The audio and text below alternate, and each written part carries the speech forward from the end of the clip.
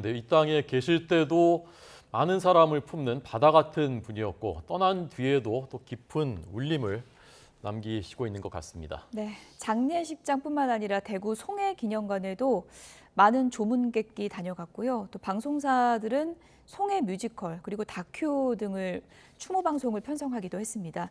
영원히 잠든 고 송해 씨 연결식은 내일 엄수가 되는데요. 홍종선 대중문화 기자와 함께 고인의 발자취를 저희가 좀 돌아보도록 하겠습니다. 어서 오세요. 안녕하십니까? 네, 안녕하세요. 이렇게 좀 빨리 갑자기 떠나실 줄은 몰랐는데 좀 기자님도 놀라셨죠? 아니 사실 저도 이제 취재를 좀 했었는데 네. 한간에 알려진 것보다는 건강 상태가 좀 좋지 않다 아. 그런 얘기를 좀 들었었어요. 그래서 그렇군요. 사실 그 모두가 마지막까지 전국노래장에서 보고 싶기도 했지만 또 이제 떠나가실 때가 됐다는 것도 조금은 네. 마음의 준비를 하지 않았나 싶습니다. 그렇군요. 코로나 시국에 좀 영향을 미쳤던 건가요? 일단 올해만 보면은 1월, 3월, 5월에 입원을 하셨어요. 아. 1월에는 이제 개인 지병이었고 3월에는 네. 코로나19 확진이었고 또 그런데 다시 4월에 복귀한 뒤 한 달 만에 5월에도 입원을 했었거든요. 워낙에 평상시에 건강하셨기 때문에 예. 어떻게 보면은 그 아프신 것과의 격차가 더 크게 느껴졌던 부분도 있었습니다. 네. 지금 모든 국민들이 추모하고 또 그리워하고 벌써 있는데 금관문화훈장 추서된 건 이제 그런 걸 반영한 것 아니겠습니까? 그렇습니다. 일단 2001년에 5급 화가문화훈장을 받았었고요. 네. 또 2014년에 2급 은관 문화훈장을 받았어요. 어떻게 보면 생전에 받았으면 더 좋았겠지만 1급 가장 높은 금관 문화훈장을 이번에 받게 됐는데 사실 1988년부터 34년간 전국에 방방 곳곳을 다니면서 전 연령대에게 문화적 쉼터를 제공했다. 그런 사실을 생각해 보면 네. 받아서 너무나 합당한 대우입니다. 예. 네, 빈소 맞습니다. 보니까 우리나라 선후배, 연예계 선후배 동료들 다 총출동한 것 같던데요. 유재석 씨가 장례위원을 맡았다고요? 일단 이제 코미디언장으로 치러지고요. 예. 저는 영화인장뿐 아니라 이렇게 코미디언장 이거 자체가 이제 그분에 대한 존경을 표하는 거라고 생각을 하는데 예. 엄영수 코미디언 협회장이 장례위원장을 맡았고 네. 장례위원회 보면 이용식 씨, 최양락 씨, 또 김학래 씨, 석현 씨 이런 중견 코미디언 또 눈에 띄는 것은 코미디언실을 운영하고 있는 지상파 3사가 방송사 구분할 것 없이 함께하고 있어요. 예. 장례위원회 이름을 올렸고 또 방금 말씀하신 유재석 씨, 또 강호동 씨, 김구라 씨 비롯해서 이런 지금 현재 인기를 얻고 있는 코미디언들도 장례위원회에 이름을 올렸습니다. 네. 앞서 말씀드린 것처럼 발의는 10일에 엄수될 예정인데 그 장지는 2018년에 먼저 떠나보낸 아내 서고기 씨가 있는 그 대구의 송해공원이 있지 않습니까? 예. 지금 이제 여러분들이 또 그곳에도 조문의 발길이 이어지고 있는데 송해공원에 안치될 예정입니다. 네. 엄용수 씨입니다. 협회장이 조금 전 그 네. 엄용수 씨입니다. 네, 이름을 이제 엄명수 씨로 개명하셨- 본인이 아, 개명을 그렇군요. 했습니다. 네, 네. 죄송합니다. 시청자 여러분. 잘 예. 몰랐습니다. 이 가수로 데뷔를 하셨었고 또 배우이시기도 하고 코미디언 장르가 사실 이제 따지는 것이 의미가 없는 그렇지만 이제 고향은 코미디언이다. 그래서 협회장으로 치러지는 것 같습니다. 많은 분들이 이제 조문하면서 후배들이 가슴을 울리는 그 추모사를 했던데 한번 잠깐 들어보고 오겠습니다. 예. 제가 농반 진반으로 인간계가 아니시고 신계에 계신 분이다. 불특정 다수를 대상으로 하는 이 야외에서의 공개 녹화는 정말 힘든 일이거든요. 그거를 그렇게 수십 년을 하셨다는 거는 정말 대단한 업적을 남기신 겁니다. 선배님이 아니고 부모님이에요, 부모님. 예. 우리 코미디언 개그맨들 입장에서는 어떻게 보면 진짜 큰 기둥이고 그나마 많이 의지하고 했던 분이 오늘 돌아가시던 얘기 듣고 뭐라고 말을 할 수가 없어요. 저도 힘들었잖아요. 힘들었을 때 저 따로 부르더니 봉투를 주시더라고요. 근데 그게 돈 금액을 떠나서 그런 따뜻함이 있으신 분이시고 제 인생을 바꿔주신 송혜 선생님. 늘 저를 위해서 걱정을 제일 많이 해주셨던 분. 더 이상은 저희 아버지시고 저희 큰형님이시고 저희 은인이죠. 감히 전국 노래자랑을 우리가 사는 이 세상에서 크게 외치셨지만 이제 송혜 선생님은 천국에서 수많은 선후배님들과 함께 천국 노래자랑을 크게 외치시고 그 외침이 우리 대한민국에까지 전해져서 모두 네, 후배들의 얘기를 좀 들어봤는데 가슴이 지금 좀 먹먹해집니다. 듣고 보니까요. 선배님이라기보다는 뭐 아버님이다 이런 얘기를 많이 하네요. 그렇죠. 예. 코미디언계의 어떤 집안의 큰 어른이신데 사실 연예인 누구라도 코미디언 아니라 영화 배우든 가수든 누구나 걷고 싶은 길을 연예인의 길을 걸으셨어요. 예. 뭐냐 하면 한 프로그램을 34년, 35년째 장수 프로그램으로 운영을 이제 진행을 하셨다. 거기다가 이제 창공 악극단 1955년부터 생각해 보면 67년간을 전국 방방곡곡을 돌면서 또 사람들을 만나셨어요. 그리고 지금 95세신데 아직까지도 현역으로 활동하셨고 네. 사실 모든 연예인들이 그렇게 그 길을 가고 싶을 텐데 쉽지 않습니다. 왜냐하면 아무런 논란이 없고 늘 삶이 밝아야 중간에 멈춤이 없거든요. 그렇기 때문에 다 따르고 싶은 길을 간 그런 분으로 어른으로 모시지 않았나 싶습니다. 특히 네. 어려운 후배들을 좀 알뜰하게 챙겨주셨다고 그러더라고요. 그렇습니다. 네. 본인은 뭐 4,000원짜리 이발소에 가서 머리를 깎고 2,~3,000원짜리 국밥을 먹으면서도 예.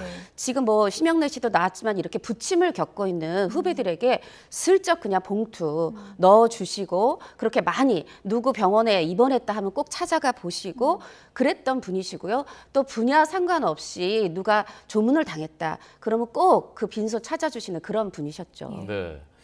전국 노래자랑 이제 녹화할 때 보면 꼭 전날 밤에 내려가셔서 그 마을에서 머무르면서 목욕탕도 한번 네. 가보고 주민들 만나기도 하고 녹화장에는 3시간 일찍 가서 또 예. 분위기 듣고 주민들 만나고 그러셨다고 하더군요.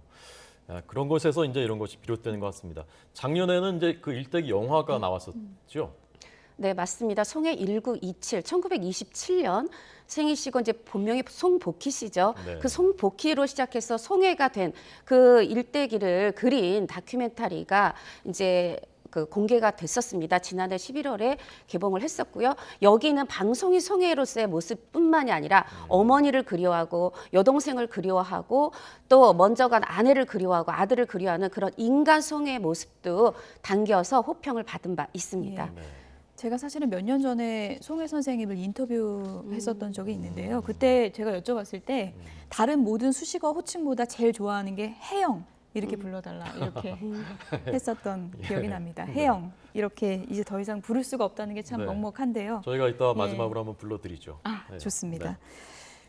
송혜 선생님이 가슴 안에 한을 많이 품고 사셨으면서도 시청자분들께는 웃음을 선물했던 분인데 특히나 어머니에 대해서는 가슴에 늘 한으로 남았다 이런 얘기를 인터뷰에서 했었는데 그때 인터뷰 내용을 다시 한번 좀 들어보도록 하겠습니다. 네. 예. 자, 보시죠. 무슨 얘기가 안 나올 것 같아요. 밤에 새도록 아마 끌어안고 있을 것 같아요. 지금 이 세상에 계시겠습니까? 그러니까 불효를 저질러서 죄송합니다라도 그러면 어머님이 뭐라고 그러실까? 얘야 그게 무슨 네 잘못이냐? 세월의 흐름이겠지. 제가 하나 있던 아들 놈을 잊어버렸을 때는 살고 싶지 않았죠. 뭐. 제가 보답할 게 아이들을 건강하게 나서 튼튼히 키워서 잘 성장시켜서 어머니 아버지한테 바쳐야 도리인데 그거 하나도 관리를 못했으니까 걔를 보내면서 제가 그랬습니다. 아무 데도 가지 말고 할아버지 할머니한테 가라.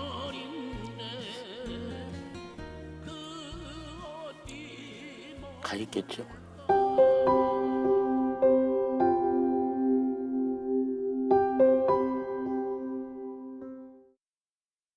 네. 그럴 것 같습니다. 지금 그 아드님이 가 계신 곳에 할아버지 할머니 도 계시고 이제는 송혜 선생님도 거의 같이 이제 계실 거라고 저는 믿습니다. 바로 이 스튜디오거든요. 지금 보여드린 그 인터뷰한 이곳 목소리가 들리는 것 같습니다. 이제 아드님 얘기 그 가슴 아픈 사연 얘기였는데 그 참 잊을 수 없는 순간이었던 것 같습니다. 그렇지? 1986년이었습니다. 이 아드님이 한남대교에서 오토바이 교통사고가 나서 이제 유명을 달리했는데 사실 그 뒤로 한동안 그 한남대교 근처에도 못 가시고 건너지도 못하시고 했는데 말씀드렸던 그 다큐멘터리 송해 1927을 제작할 당시에 따님이 있습니다. 따님이 이 남동생이 사실 이제 그 유명을 달리한 나이가 22살이었어요. 가수가 되고 싶었는데 아버지가 본인의 이 연예인끼리 너무 가시밭길이다 보니까 만류했던 그러나 혼자 작사하고 작곡해서 녹음했던 이 노래 테이프를 제작진에게 공개를 해서 이 노래가 영화에 이제 실리기도 하고 송혜 씨도 듣게 됐었거든요. 그렇군요. 그렇게 또 어떻게 보면 아들을 먼저 보내기도 했고 내가 가수의 길을 막았던 이런 부분들이 가슴에 한으로 남아 계시지만 네. 또 저는 그 아들 보라고 이렇게 오랫동안 현역으로 잘 활동하셨다 싶고 지금은 또 이제 만나게 되셨으리라고 네. 생각을 합니다. 네, 맞습니다. 생전에 또 많은 걸 이루셨지만 그때 기억에 남는 얘기가 마지막 꿈이 고향에 가서 전국 노래자랑 외치고 싶다고 하셨는데 그건 또 못다 이룬 꿈이 됐어요.